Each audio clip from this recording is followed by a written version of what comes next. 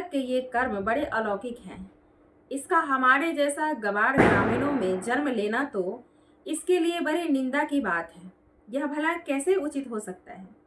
जैसे गजराज कोई कमल उखाड़ कर उसे ऊपर उठा ले और धारण करे, वैसे ही इस नन्हे से 7 वर्ष के बालक ने एक ही हाथ से गिरिराज गोवर्धन को उखाड़ लिया और खेल खेल में 7 दिनों तक उठाए रखा।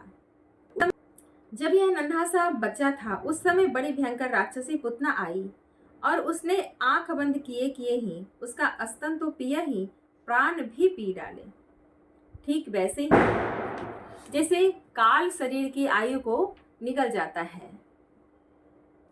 जिस समय यह 3 महीने का था और छकड़े के नीचे सोकर रो रहा था, उस समय रोते रोते इसने ऐसा पांव उछाला कि इसकी ठोकर से वह बड़ा भारी छकड़ा उलटकर गिर पड़ा। बड़ा भारी छकड़ा उलटकर गिर पड़ा था। उस समय तो यह 1 ही वर्ष का था। जब दैत्य बवंडर के रूप में इसे बैठे बैठे आकाश में उड़ा ले गया था, तब तुम जानते ही हो कि इसने इस तिरनाव्रत दैत्य को गला घोटकर मार डाला। उस दिन की बात तो सभी जानते हैं कि माखन चोरी करने पर यशोदा रानी ने इसे उखल से बांध दिया था। यह घुटनों के बल बकैया खींचते खींचते उन दोनों विशाल अर्जुन वृक्षों के बीच में से निकल गया और उन्हें उखाड़ ही डाला। जब यह ग्वालवाल और बलराम जी के साथ बछड़ों को चराने के लिए वन में गया हुआ था, उस समय इसको मार डालने के लिए एक ही दैत्य बगुले के रूप में आया और इसने दोनों हाथों से उसके दोनों ठोर पकड़कर उसे तिनके की तरह चीर डाला। जिस समय इसको मार डालने की इच्छा से एक दैत्य बछड़े के रूप में बछड़ों के झुंड में घुस गया था, उस समय इसने उस दैत्य को खेल ही खेल में मार डाला और उसे कैथ के पैरों पर पटक कर उन पैरों को भी गिरा दिया। इसने बलराम जी के साथ मिलकर गधे के रूप में रहने वाले धेनुकासुर तथा उसके भाई बंधुओं को मार डाला और पके हुए फलों से पूर्ण ताल वन को सबके लिए उपयोगी और मंगलमय बना दिया। ये अध्याय बहुत सुंदर अध्याय है, जिसमें कि भगवान के लीला का वर्णन है, जो जो उन्होंने किया है, तो उसके बारे में बातचीत हो रही है। तो सभी को क्या होता है, जो पूरा अध्याय नहीं सुन पाता है वो एक अध्याय ये भी सुन ले तो उसका फल मिलता है। कौन बोल रहे हैं सर? श्रीमद् भागवत पुराण तो सुन रहे परीक्षित जी सुन रहे हैं। ये सुखदेव महाराज जी कथा कर रहे हैं, वो बता रहे हैं। सुर को इसी ने बलशाली बलराम जी के द्वारा क्रूर प्रलंबासुर को मरवा डाला तथा दावानल से गौं और ग्वाल वालों को उबार लिया। यमुना जल में रहने वाला कालिया नाग कितना विषैला था, परंतु इसने उसका भी मान मर्दन कर उसे बलपूर्वक दाहिने से वहां से काली दह से भगा दिया और यमुना जी का जल सदा के लिए विषरहित हो गया, अमृतमय बना दिया। लेकिन काला तो भी है। अब उसमें कूड़ा करकर डालते हैं तो काला तो होगा ही, लेकिन उस टाइम इन्होंने स्वच्छ बना दिया था, अमृत हो गया था। वह जैसे गंगा जी है वैसे ही यमुना जी।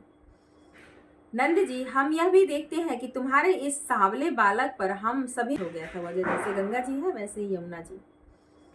नंद जी, हम यह भी देखते हैं कि तुम्हारे इस सांवले बालक पर हम सभी ब्रजवासियों का अनंत प्रेम है और इसका भी हम पर स्वाभाविक ही स्नेह है, क्योंकि काले को कोई जल्दी प्रेम नहीं करता है ना, गोरे को ही प्रेम करता है। लेकिन उन काले सांवले बालक के साथ सबका प्रेम उमड़ रहा था।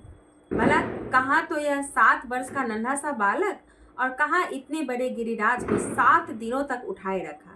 ब्रजराज, इसी से तो तुम्हारे पुत्र के संबंध में हमें बड़ी शंका हो रही है। ऐसा होने लगा था।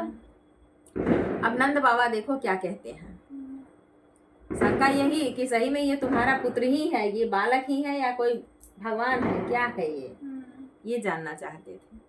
तो देख लो नंद बाबा क्या बोलते हैं। ये सब बातें सभी गोप मिल करके कर रहे हैं, नंद बाबा को बोलते हैं, क्योंकि पुत्र की करतूत का कारनामा पिता को ही सुनाया जाता है ना।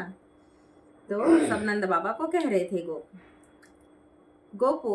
नंद बाबा देखो क्या बोलते हैं। गोपो, तुम लोग सावधान होकर मेरी बात सुनो। मेरे बालक के विषय में तुम्हारी शंका दूर हो जाए, क्योंकि महर्षि गर्ग ने इस बालक को देखकर इसके विषय में ऐसा ही कहा था।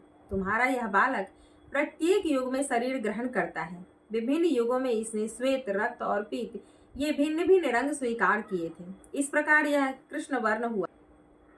नंद जी, यह तुम्हारा पुत्र पहले कहीं वसुदेव के घर पैदा हुआ था, इसलिए इस रहस्य को जानने वाले लोग इसका नाम श्रीमान वासुदेव है ऐसा कहते हैं। तुम्हारे पुत्र के गुण और कर्मों के अनुरूप इससे प्रेम करने वालों को भीतरी या बाहरी किसी भी प्रकार के शत्रु नहीं जीत सकते। नंद जी, चाहे जिस दृष्टि से देखें, नंद जी चाहे जिस दृष्टि से देखें, गुण से, ऐश्वर्य और सौंदर्य से, कीर्ति और प्रभाव से तुम्हारा बालक स्वयं भगवान नारायण के ही समान है। अतः इस बालक के अलौकिक कार्यों को देखकर आश्चर्य न करना चाहिए। गोपो, मुझे स्वयं गर्गाचार्य जी यह आदेश देकर अपने घर चले गए। तब से मैं अलौकिक और परम सुखद कर्म करने वाले इस बालक को भगवान नारायण का ही अंश मानता हूँ। मतलब वो खुद अपने बेटे को भगवान मानते हैं। अंश मानते थे कि हाँ भाई, होता है ना, जिस बालक में चमत्कारी गुण होते हैं तो लोग कहते हैं अरे इसमें तो भगवान का अंश है, पक्का ये किसी जन्म में साधु संत होगा। चमत्कार को नमस्कार कह सकते हैं। कृष्ण कहते हैं। जब ब्रजवासियों ने नंद बाबा के मुख से गर्गा जी की यह बात सुनी तब उनका विस्मय जाता रहा। तब विस्मय चला गया। कोई पंडित पुरोहित बोल देता है ना तो आदमी को संतुष्टि हो जाती है, क्योंकि अब वे अमित तेजस्वी श्री कृष्ण के प्रभाव को पूर्ण रूप से देख और सुन चुके थे। आनंद में भरकर उन्होंने नंद बाबा और श्री कृष्ण की भूरी भूरी प्रशंसा की।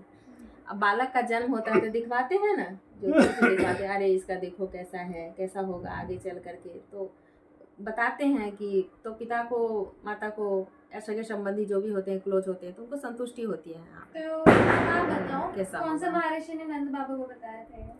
गर्गाचार्य जी ने बताया था। महर्षि।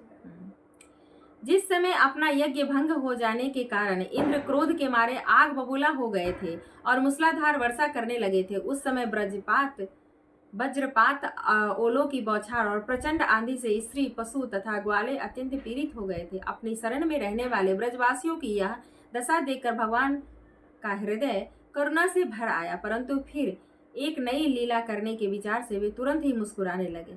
जैसे कोई नन्हा सा निर्बल बालक खेल खेल में ही बरसाती छत्ते का पुष्प उखाड़ ले, वैसे ही उन्होंने एक हाथ से ही गिरिराज गोवर्धन को उखाड़ कर धारण कर लिया और सारे ब्रज की रक्षा की। इंद्र का मद चूर करने वाले वे ही भगवान गोविंद हम पर प्रसन्न हो। बोले प्रेम से वृंदावन बिहारी लाल की जय। श्री गोवर्धन धारी भगवान श्री कृष्ण कन्हैया लाल की जय। आज क्यों बोला मैंने ये लीला सुनना जरूरी है, क्योंकि गोवर्धन जो पूजा है वो स्टार्ट है, टाइमिंग जो है वो, और कल गोवर्धन पूजा है, तो इसलिए यह लीला को श्रवण करना बहुत जरूरी है। अब छोटा सा है, भगवान श्री कृष्ण का अभिषेक होता है, तो ये छोटा सा गया, इसको भी श्रवण कर लेते हैं। श्री कृष्ण का अभिषेक। श्री सुखदेव जी कहते हैं, परीक्षित, जब भगवान श्री कृष्ण 10वें स्कंध से 27वां अध्याय, भगवान श्री कृष्ण का अभिषेक।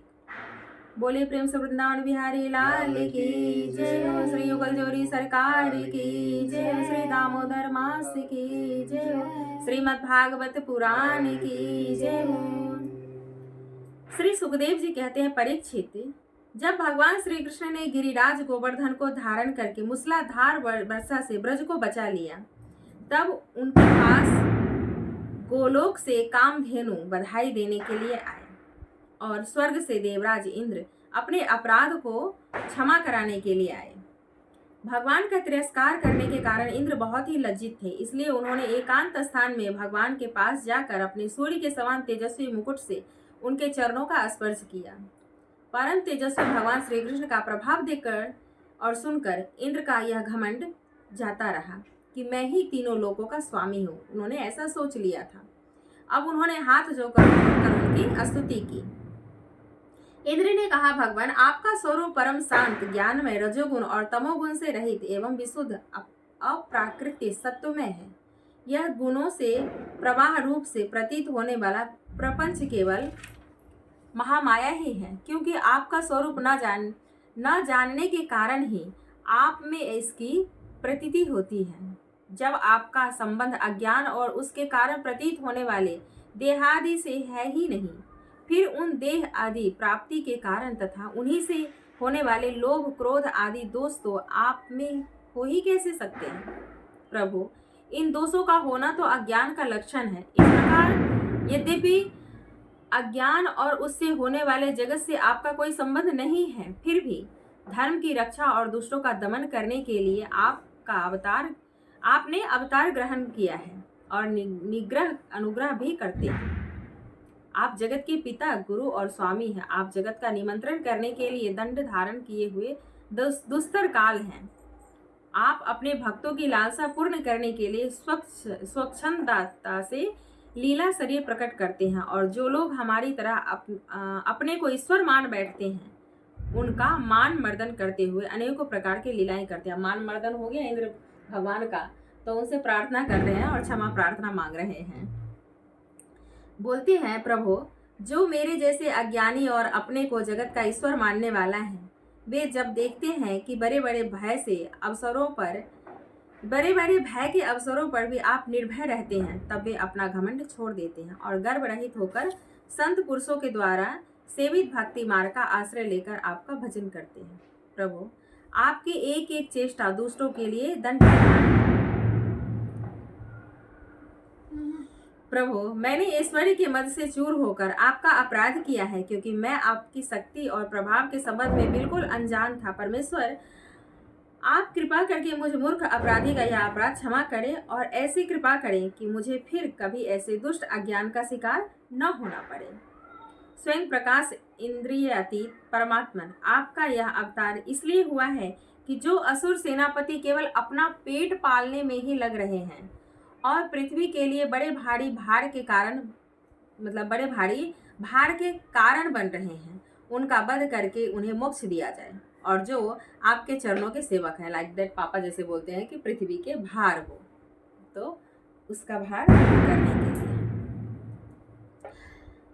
आज्ञाकारी भक्तजन है, उनका अभ्युदय हो, उनकी रक्षा हो। भगवान, मैं आपको नमस्कार करता हूँ। आप सर्वांतर्यामी पुरुषोत्तम तथा सर्वात्मा वासुदेव हैं। आप यदुवंशियों के एकमात्र स्वामी, भगवत वत्सल एवं सबके चित्त को आकर्षित करने वाले हैं।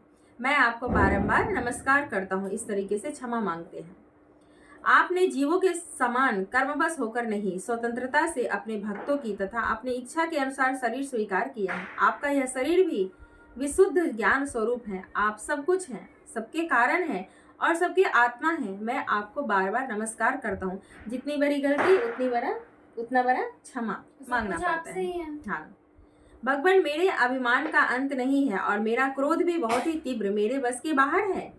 जब मैंने देखा कि मेरा यज्ञ तो नष्ट कर दिया गया है, तब मैंने मूसलाधार वर्षा और आंधी के द्वारा सारे ब्रजमंडल को नष्ट कर देना चाहा। परंतु प्रभु, आपने मुझ पर बहुत ही अनुग्रह किया। मेरी चेष्टा व्यर्थ होने से मेरे घमंड का जड़ उखड़ गया है। आप मेरे स्वामी हैं, गुरु हैं और मेरे आत्मा है। मैं आपकी शरण में हूँ। अब शरणागत वत्सल, शरण में आए हो तो भगवान क्षमा ही कर देते हैं। तो देखिए, श्री सुखदेव जी कहते हैं, परीक्षित, जब देवराज इंद्र ने भगवान श्री कृष्ण की इस प्रकार स्तुति की, इंद्र को संबोधन करके कहा, तब भगवान श्री कृष्ण ने कहा, इंद्र, तुम ऐश्वर्य और धन संपत्ति के मद से पूरे मतवाले हो रहे थे, इसलिए तुम पर अनुग्रह करके ही मैंने तुम्हारा यज्ञ भंग किया है, इसलिए कि तुम अब मुझे नित्य निरंतर स्मरण रखो। जो ऐश्वर्य और धन संपत्ति के मद से अंधा हो जाता है, वह यह नहीं देखता कि मैं काल रूप परमेश्वर हाथ में दंड लेकर उसके सिर पर सवार हूँ। मैं जिस पर अनुग्रह करना चाहता हूँ उसे ऐश्वर्य भ्रष्ट कर ही देता हूँ। इंद्र, पालन करना। परीक्षित भगवान इस प्रकार आज्ञा दे ही रहे थे कि मनस्वी कामधेनु ने अपनी संतानों के साथ गोप वेशधारी परमेश्वर श्री कृष्ण की वंदना की और उनको संबोधित करके कहा। कामधेनु ने कहा, कामधेनु ठीक है, तो कामधेनु आई थी तो उसने क्या कहा, देखो, सच्चिदानंद स्वरूप श्री कृष्ण, आप महायोगी योगेश्वर हैं। आप स्वयं विश्व हैं, विश्व के परम कारण हैं, अचित्य हैं, संपूर्ण विश्व के स्वामी। आपको अपने रक्षक के रूप में प्राप्त कर हम शनाथ हो गई। आप जगत के स्वामी हैं, परंतु हमारे तो परम पूजनीय आराध्य देव ही हैं। प्रभु, इंद्र त्रिलोकी के इंद्र हुआ करे, परंतु हमारे इंद्र तो आप ही हैं। अतः आप ही गौ, ब्राह्मण, देवता और साधुजनों की रक्षा के लिए हमारे इंद्र बन जाइए। हम गौए ब्रह्मा जी को प्रेरणा से आपके अपना इंद्र मानकर अभिषेक करेंगे। विश्वात्मन, आपने पृथ्वी का भार उतारने के लिए ही अवतार धारण किया है।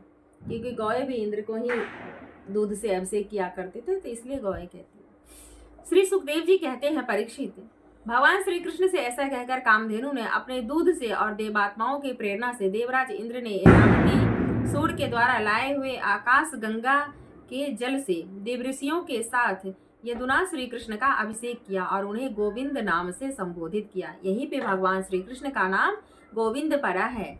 तो बोलिए प्रेम से श्री गोविंद भगवान की जय हो। उस समय वहां नारद, तुम्बरु आदि गंधर्व, विद्याधर, सिद्ध और चारण पहले से ही आ गए थे। वे समस्त संसार के पाप ताप को मिटा देने वाले भगवान के लोक महापाल यश का गान करने लगे और अप्सराएं आनंद से भरकर नृत्य करने लगी। मुख्य मुख्य देवता भगवान की स्तुति करके उन पर नंदन वन के दिव्य पुष्पों की वर्षा करने लगे। तीनों लोकों में परमानंद की बाढ़ आ गई और गौओं के स्तनों से आप ही आप इतना दूध गिरा कि पृथ्वी गीली हो गई। नदियों में विविध रसों की बाढ़ आ गई, वृक्षों से मधुधारा बहने लगी। बिना जोते बोए पृथ्वी में अनेकों प्रकार की औषधियां, अन्न पैदा हो गए। इतनी ज्यादा कृपा हुई। पर्वतों में छिपे हुए मणि माणिक्य स्वयं ही बाहर निकल आए। परीक्षित, भगवान श्री कृष्ण का अभिषेक होने पर जो जीव स्वभाव से ही क्रूर हैं, वे भी वैरहीन हो गए। उनमें ही परस्पर मित्रता हो गई। इंद्र ने इस प्रकार गौ और गोकुल के स्वामी श्री गोविंद का अभिषेक किया और उनसे अनुमति प्राप्त होने पर देवता, गंधर्व आदि के साथ स्वर्ग की यात्रा की। इसी के साथ 27वां अध्याय संपूर्ण होता है। बोले प्रेम श्रीमद् भागवत पुराण की जय हो। श्री गोविंद भगवान की जय हो। वृंदावन धाम की जय हो। श्री अयोध्या धाम की जय हो। गोविंद की, गोविंद भगवान की जय हो। श्री लक्ष्मी नारायण की जय हो।